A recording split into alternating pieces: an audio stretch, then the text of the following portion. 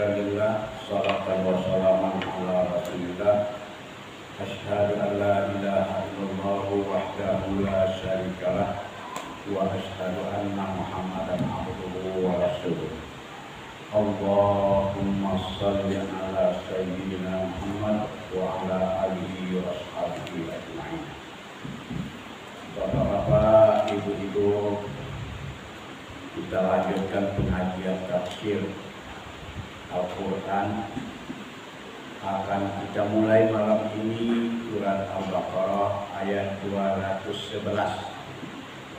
Ayat 211.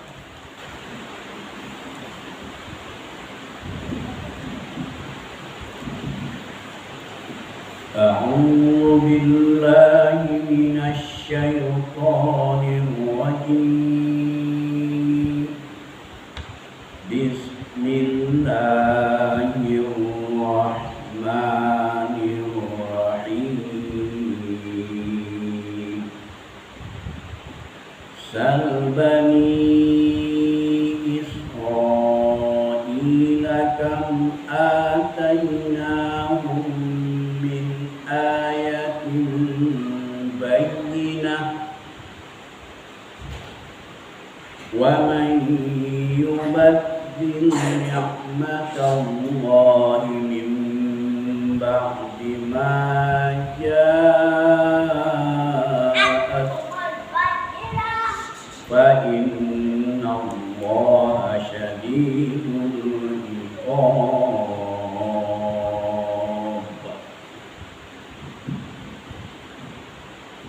Sal itu yang amal, perintah Allah kepada Nabi. Sal artinya tanyakanlah. Perintah ini tidak perlu dijawab.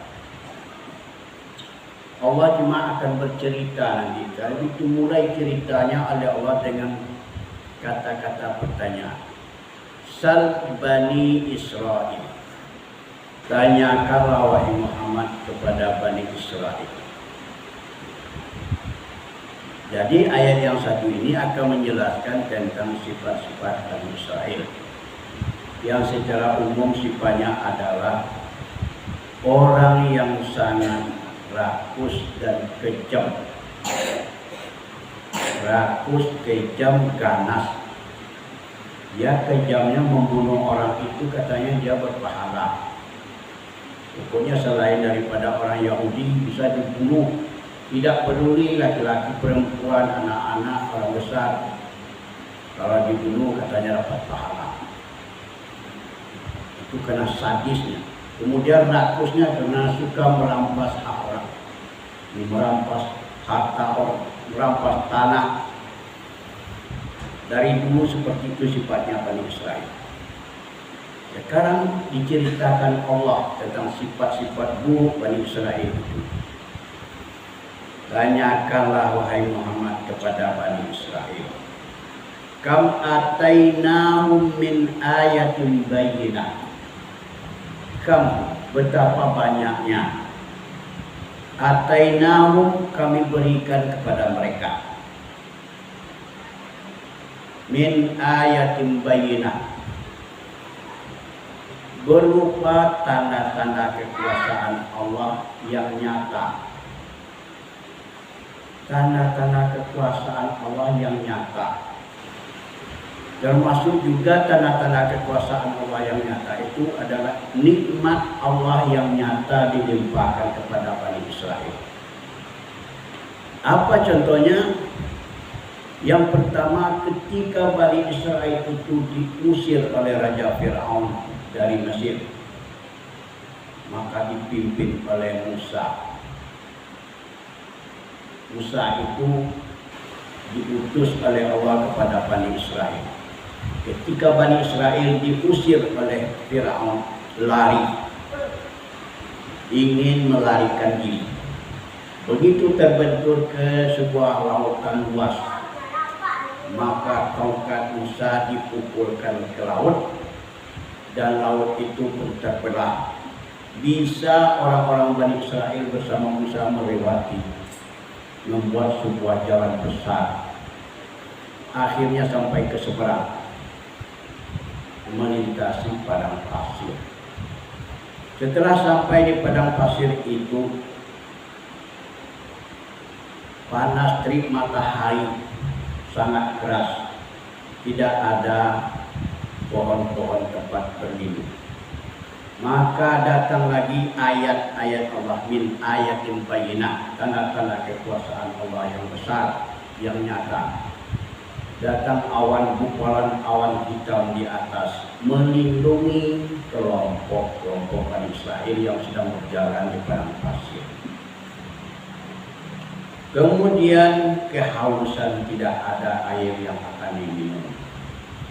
Diperintahkan Allah, Nabi Musa mengumpulkan tongkatnya ke batu, dan batu itu pun, dari batu itu terpancarlah 12 mata air.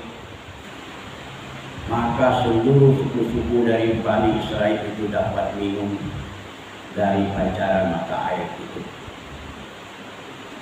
Kemudian tidak ada makanan, maka diturunkan pula manna dan salwa berupa madu, ya, cairan madu yang melekat di batu, kemudian salwa semacam burung-burung puyuh yang gemuk. Nah, itu dimakan, boleh dimakan. Itu diantara banyak lagi nikmat-nikmat Allah yang diberikan kepada Bani Israel. Tetapi dia tetap juga membangkang. Apa katanya kepada Musa? Lan nu'mina laka hatta narallah. Kami tidak akan beriman kepada engkau Musa, kecuali kalau kami melihat Allah. Kalau bahwa Allah itu ke hadapan kami, bisa kami beriman. Begitulah keras kepala Bani Israel menentang Allah. Nah, ini contoh, sudah kami berikan kepada mereka tanda-tanda kekuasaan Allah, sekaligus sebagai nikmat yang memudahkan kehidupannya. Wa may yubaddil ni'matallahi min ba'di ma ja'athu. Siapa yang mengganti nikmat Allah itu dengan kekufuran, dengan keingkaran, dia tetap juga membangkang. Setelah nikmat itu datang kepadanya, kata Allah, fa innallaha syadidul iqab. Sesungguhnya Allah akan memberikan azab yang keras kepada mereka. Tetap akan diberikan oleh Allah syadidul iqab, azab yang keras, hukuman yang keras yang akan dirasakan oleh akibat keras hati, ya, akibat rakus orang-orang Bani Israel. Nah, itulah ayat ini menjelaskan tentang sebahagian kecil dari sifat-sifat Bani Israel. Ada 40 ayat nanti di dalam Al-Quran ini yang menjelaskan tentang Bani Israel. Kenapa demikian? Karena mereka itu betul-betul manusia yang sangat menentang kekuasaan Allah. Kemudian setelah itu ayat berikutnya Allah akan menjelaskan tentang sifat orang kafir. Kalau sifat orang kafir termasuk juga kafir Yahudi, kafir musyrik di kota Makkah itu diceritakan oleh Allah kepada Nabi Muhammad. Zuyyina lilladzina kafarul hayatud dunya. Zuyyina itu maksudnya aslinya adalah dihiasi. Dihiasi supaya indah, sehingga dipandang indah bagi orang-orang yang kafir itu. Apa yang dipandang indah? Al-hayatud dunya. Kehidupan dunia ini dipandang indah oleh orang-orang kafir. Maka pikirannya terfokus kepada kehidupan dunia. Dia tidak mementingkan kehidupan akhirat. Artinya mengabaikan kehidupan akhirat. Yang dipandangnya adalah kehidupan di dunia saja. Nah, oleh sebab itu dia tidak mempedulikan halal haram. Mana yang halal haram sama saja, yang hak yang batil sama saja. Itulah orang-orang kafir. Di samping itu wa yaskharuna minal ladina amanu. Kemudian sifat orang kafir itu dia selalu yaskharuna, menghina. Mereka itu selalu menghina orang-orang yang beriman. Orang-orang Islam selalu dihina, diejek, dicaci. Apa katanya? Orang-orang Islam itu selalu menyiksa diri. Apalah orang Islam itu yang selalu menyiksa diri? Dia menunaikan sholat 5 waktu sehari semalam, tidak pernah berhenti, duduk, berdiri, sujud, yang tidak rukuk, menyiksa diri. Kalau bulan puasa, bulan Ramadan sudah datang, dia berpuasa tidak makan dari pagi sampai sore, tidak makan, kelaparan, selalu menyiksa diri. Apalah pekerjaan seperti itu? Ini cara-cara dia menghina orang Islam seperti itu. Orang-orang Islam yang beribadah itu dikatakannya menyiksa diri. Yang kedua penghinaannya, tengoklah umat Islam itu miskin. Mana umat Islam yang kaya? Lalu miskin. Kalau dia dapat duit, banyak uangnya, dibayarkan zakat, dibagi-bagi kepada orang lain. Habislah duitnya. Kapan dia akan menjadi orang kaya? Jadi orang-orang kafir itu dia tidak kenal membayar zakat, tidak kenal membantu orang fakir miskin, tidak kenal. Dia merasa rugi kalau diberikan hartanya kepada orang lain, akan merasa berkurang kekayaannya. Dia sifatnya hanya menumpuk, tambah terus, tambah terus, tambah. Jadi dihina orang-orang yang beriman itu. Dengan cara demikian, yang pertama dikatakannya umat Islam itu selalu menyiksa diri. Yang kedua, umat Islam itu sangat hina, hidupnya selalu dalam keadaan miskin. Lalu karena ejekan yang dua itu dijawab oleh Allah. Walaupun dia memandang hina di dunia ini, kata Allah, walladzina taqaw fawqahum yaumal qiyamah. Dan orang-orang yang bertakwa, orang-orang yang beriman itu nanti akan sangat mulia di akhirat dan berada di atas mereka pada hari kiamat. Fawqahum, mereka akan di atas mereka derajatnya pada hari kiamat. Orang-orang Islam yang bertakwa itu akan ditempatkan Allah di dalam surga. Dia hidup mewah di situ, rumahnya bagus. Sedangkan orang-orang kafir itu nanti akan dijerumuskan ke dalam neraka. Sebelum masuk neraka, lehernya itu akan dibelenggu, kakinya akan dirantai, kemudian ditarik. Dengan begitu sadisnya oleh para malaikat penjaga neraka, diseret ke neraka dengan leher yang dibelenggu dan kaki yang dirantai. Lalu ketika dia mengejek orang-orang yang beriman tadi, sangat miskin katanya, melarat hidupnya, maka dijawab oleh Allah, wallahu yarzuqu man yasha'u bighairi hisab.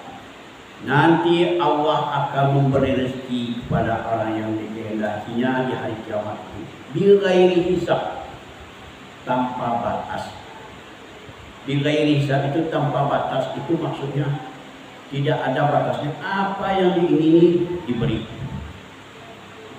Ingin rumah bagus diberi, ingin makanan yang enak dikasih makan yang enak. Pokoknya apa yang diingini tanpa batas akan diberi oleh Allah. Beginilah Allah bercerita kepada kita tentang orang kafir, tentang orang Israel, tentang orang kafir, bagaimana sikapnya terhadap umat Islam. Itulah kira-kira. Kemudian ayat berikutnya dijelaskan lagi oleh Allah tentang manusia. Tentang manusia. Tadi Bani Israel sudah itu orang kafir. Sekarang dijelaskan tentang manusia. Itu seluruh manusia yang ada di dunia ini. Kana nasu ummatan wahidah. Adalah manusia yang ada ini dulunya umat yang satu. Umat yang satu. Apa yang satu? Yaitu akidahnya satu, keyakinannya kepada Allah satu, tujuannya satu. Ilahi anta maksudi wa ridha rahmatullahi. Ya Tuhan, wa ridha rahmatullahi. Engkaulah tujuan kami. Jadi tujuannya kepada Allah dan keredaanmu lah yang kami cari.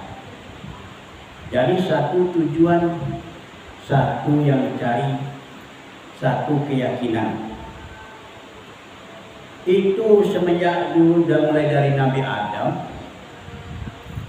10 generasi sesudah Nabi Adam itu, katakanlah satu generasi itu 100 tahun, 10 kali 100, 1000 tahun sesudah Nabi Adam. Agamanya agama yang dianut oleh Nabi Adam, yaitu agama Islam. Kemudian di akhir-akhir generasi itu terjadilah perselisihan. Ada yang tidak mau lagi beragama Islam, ada yang menyembah patung, menyembah berhala, menyembah setan, menyembah jin. Terjadilah perselisihan. Karena terjadinya perselisihan itu, faba'atsallahu nabiyyina, kemudian mengutus Allah akan para nabi, mubasyirina wa munzirin.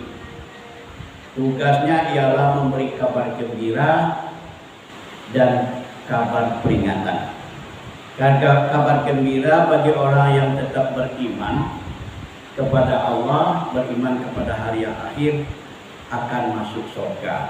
Sedangkan munzirin, peringatan kepada orang-orang yang ingkar, tidak mau lagi menjalankan agama Islam, akan dijerumuskan ke dalam neraka. Itu namanya mubasyirin wa munzirin. Diutus Nabi, Rasul yang pertama diutus oleh Allah setelah generasi demi generasi daripada Adam, namanya Nabi Nuh. Namanya Nabi Nuh. Apa kata Nabi Nuh? Ya qaumi ibudullah ma lakum min ilahin ghairuh. Wahai kaumku, sembahlah Allah, tidak ada Tuhan yang lain selain Dia. Nah, itu. Jadi para rasul itu menganjurkan menyembah Allah. Kemudian wa anzala ma'ahumul kitaba bil haqqi, diturunkan oleh Allah bersama mereka itu Alkitab dengan benar. Karena di dalam Alkitab itu ada aturan-aturan yang harus dijalankan dalam hidup ini. Kemudian Alkitab itu gunanya liyahkuma bainan nas bima ikhtalafu fihi, supaya bisa memutuskan hukum. Liyahkuma, supaya kitab tadilah yang bisa memutuskan hukum antara manusia bima ikhtalafu fihi, tentang apa saja yang mereka perselisihkan, baik tentang ketuhanan, tentang kehidupan, tentang muamalah dan lain-lain sebagainya.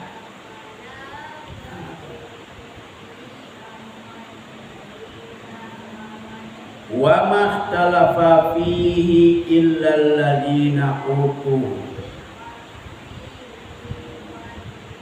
tidaklah berselisih tentang kitab itu kecuali orang-orang yang diberikan kepadanya mim ba'di ma ja'athumul bayyinah, yaitu sesudah datang kepada mereka keterangan-keterangan. Jadi orang itu berselisih setelah datang keterangan-keterangan kepadanya. Kalau tidak datang keterangan-keterangan, mereka itu tidak berselisih. Nah, apa sebabnya? Karena di dalam kitab itu dijelaskan bahwa Tuhan yang wajib disembah itu adalah Allah. Orang yang diberi kitab itu nabi namanya. Itulah yang memberikan kabar gembira dan kabar takut kepada kita. Mereka tidak mau mengikutinya. Kenapa? Karena baqiyam bainahum. Ada rasa iri hati, rasa dengki. Kalau diikuti nabi-nabi itu katanya nanti nabi itulah yang akan berkuasa di negeri kita. Kita akan tersingkir, kekuasaan kita akan tersingkir, kedudukan kita ini akan dirampasnya. Jadi timbul baqiyam bainahum. Timbul rasa iri hati, rasa dengki di antara mereka. Nah, itulah yang menyebabkan terjadinya perselisihan antara orang Islam dengan orang-orang kafir. Kemudian fahadallahu alladziina amanu. Kemudian Allah memberi hidayah, memberi petunjuk kepada orang-orang yang beriman lima ikhtalafu fihi minal haqqi bi'izni. Tentang apa yang mereka perselisihkan daripada haqqi, daripada kebenaran yang datang daripada Allah dan dengan izin Allah. Nah, jadi Allah memberi hidayah kepada orang yang beriman melalui 3 jalur, 3 pintu hidayah. Mana pintu hidayah yang 3? Yang pertama telinga pendengaran. Setelah dia mendengarkan keterangan-keterangan yang disampaikan oleh Nabi, dipahaminya. Kemudian dari penglihatan, dari mata. Memang dilihatnya bukti-bukti, tanda-tanda kekuasaan Allah, tanda-tanda kebesaran Allah dilihatnya dengan mata kepala. Dan dia yakin apa yang dilihatnya itu betul-betul sesuai dengan yang diajarkan oleh nabinya. Nah, lalu dari hasil pendengaran, dari hasil penglihatannya itu dibenarkan oleh hatinya. Nah, oleh hatinya. Jadi itulah pintu hidayah, 3 pintu hidayah yang dimiliki oleh orang-orang yang beriman. Sehingga mereka itu tidak ada yang membantah apa yang disampaikan Rasul itu benar-benar daripada Allah Subhanahu wa taala. Kemudian wallahu yahdi man yasha'u ila siratal mustaqim. Allah akan selalu memberi hidayah atau memberi petunjuk kepada orang yang dikehendakinya kepada jalan yang lurus. Siratal mustaqim itu sudah kita jelaskan dulu adalah agama Islam. Kalau bertemu dalam Quran apa yang dikatakan siratal mustaqim, itulah agama Islam. Mulai dari surat Al-Fatihah, ihdinas siratal mustaqim, tunjuki kami jalan yang lurus ya Allah, artinya tunjuki kami ajaran-ajaran Islam yang benar. Nah, demikian bapak-bapak dan ibu-ibu.